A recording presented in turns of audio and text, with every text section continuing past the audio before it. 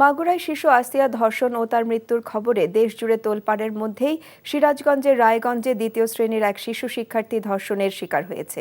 শিশুটিকে হাসপাতালে ভর্তি করা হয়েছে। আসামি মোহাম্মদ আলীকে গ্রেপ্তার করেছে পুলিশ। রায়গঞ্জ থানার ভারপ্রাপ্ত কর্মকর্তা আসাদুজ্জামান জানান, রমজানের কারণে স্কুল বন্ধ থাকায় উপজেলার পাঙ্গাশী ইউনিয়নের আসামির বাড়িতে এনজিও পরিচালিত একটি স্কুলে যেত ওই শিশু। 9 মার্চ সকালে স্কুলে যায় ওই শিশু। ক্লাস শেষে ফেরার পথে আব্দুল আলিমের ছেলে মোহাম্মদ আলী তাকে জোর করে তুলে নিয়ে গিয়ে পাশবিক নির্যাতন করে।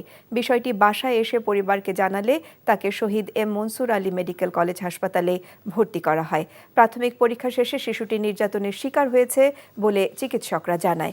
ঘটনায় স্কুল ছাত্রীর বাবা বাদী হয়ে বৃহস্পতিবার রাতে ওই কিশোরের বিরুদ্ধে থানায় মামলা দায়ের করে।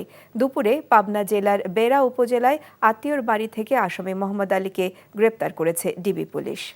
যারা ছিল ওনারা আসলে সঠিকভাবে অভিযোগগুলো দিতে পারে নাই। ওনার গার্জিয়ান ঠিকমতো ছিল না যখন নিয়ে আসছে।